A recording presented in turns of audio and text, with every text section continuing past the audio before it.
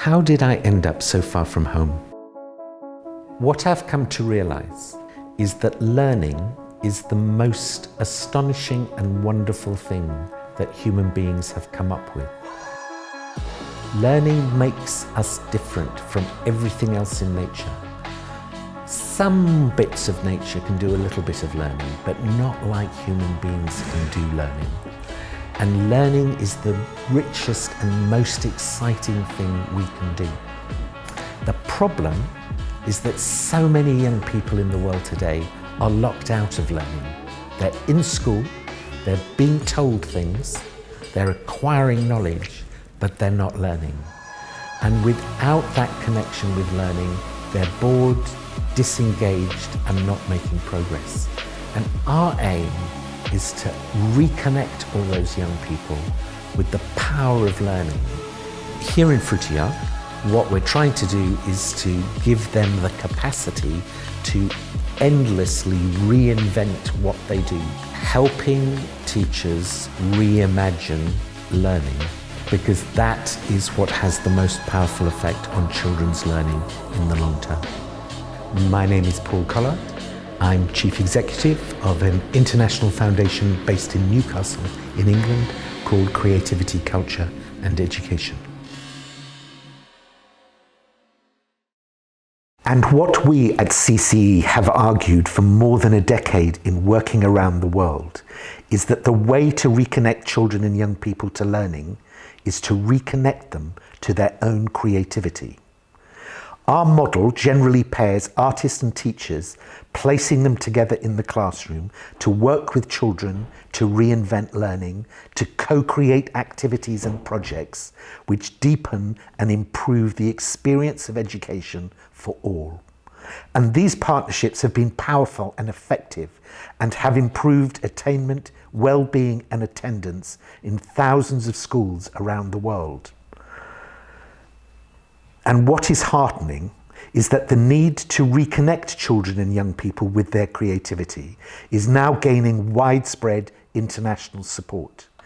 Andreas Schleicher is Director of Education for the Organization for Economic Cooperation and Development, and is the man who developed and implemented the PISA test, which 15 to 16-year-old students all over the world sit in science, maths and literacy. His ideas, however, on the challenges young people face has now changed, as can be seen from this speech he gave in Durham late in 2018. Everyone talks about creativity, but I think we came to realize only very recently that this is an agenda where education and culture play such a central role. In one way, the kind of industrial approach to schooling, where children were educated in batches of age and all go through the same standardized and prefabricated curriculum and instruction, it hasn't really been conducive to nurturing the kind of creativity and innovation that we need in this age of accelerations. Things have changed, and the dilemma for educators is now that the routine cognitive skills, the skills that are easiest to teach and easiest to test, are exactly the skills that are also easiest to digitize, to automate, and to outsource. When we could still assume that what we learn in school will last for a lifetime, routine cognitive skills were rightly at the center of education. But today, the world no longer rewards us just for what we know. Google knows everything, but for what we can do with what we know. Schools now need to prepare students for more rapid change than ever before, to learn for jobs that have not been created, to tackle social challenges that we can't yet imagine, and to use technologies that have not been invented. What I mean is that these days, we no longer know how things will unfold. Often we are surprised, and we need to learn from the extraordinary. And sometimes we make mistakes along the way. And we often the mistakes and failures, when properly understood, that create the context for learning and for growth. And I might even go a step further. The ability to develop competencies is itself something to be learned, using reflection, anticipation, action. Reflective practice is needed to take a critical stance when deciding, choosing, acting. To step back from the established wisdom of our times and take a different perspective.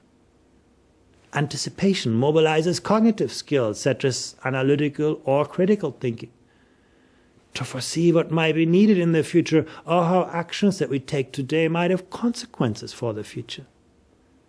And both reflective practice and anticipation contribute to the willingness to take responsible actions, in the belief that it's within our own power that we can shape the course of events.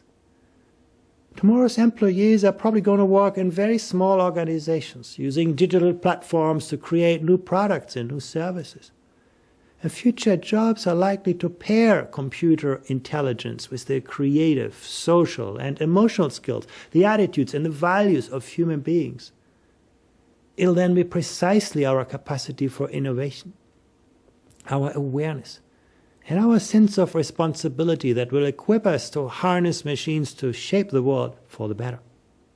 So in whatever way you construct your list of 21st century skills, you'll always come across creativity in one or the other way. Creating new value as a transformative competency, bringing together the processes of creating, of making, of bringing into being and formulating, and looking for outcomes that are innovative, fresh, original, outcomes that contribute something of intrinsic positive worth. And creating new value suggests entrepreneurialism in the broader sense of being ready to venture, to try without anxiety about failure. This is all about imagination, inquisitiveness, persistence, collaboration, self-discipline. The definition of creativity that Andreas finishes with in that video is one developed by Bill Lucas, Guy Claxton and Ellen Spencer for CCE 10 years ago.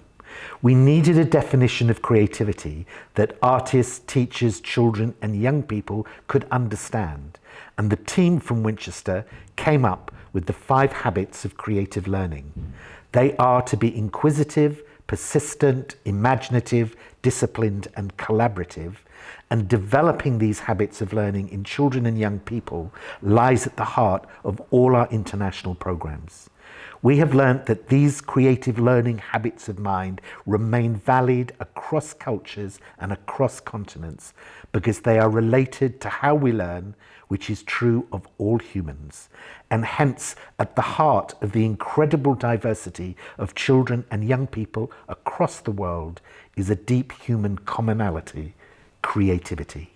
And we have learnt that the learning environment that stimulates and develops our creativity is what we now call the high-functioning classroom, and you can see in the image. It is an environment in which children are challenged to think for themselves rather than give answers, where they are physically, socially and emotionally engaged, where the learning feels authentic and relevant to their lives, and their questions, interests and experiences shape the learning, where emotions are acknowledged and addressed, and where we learn to be deeply reflective.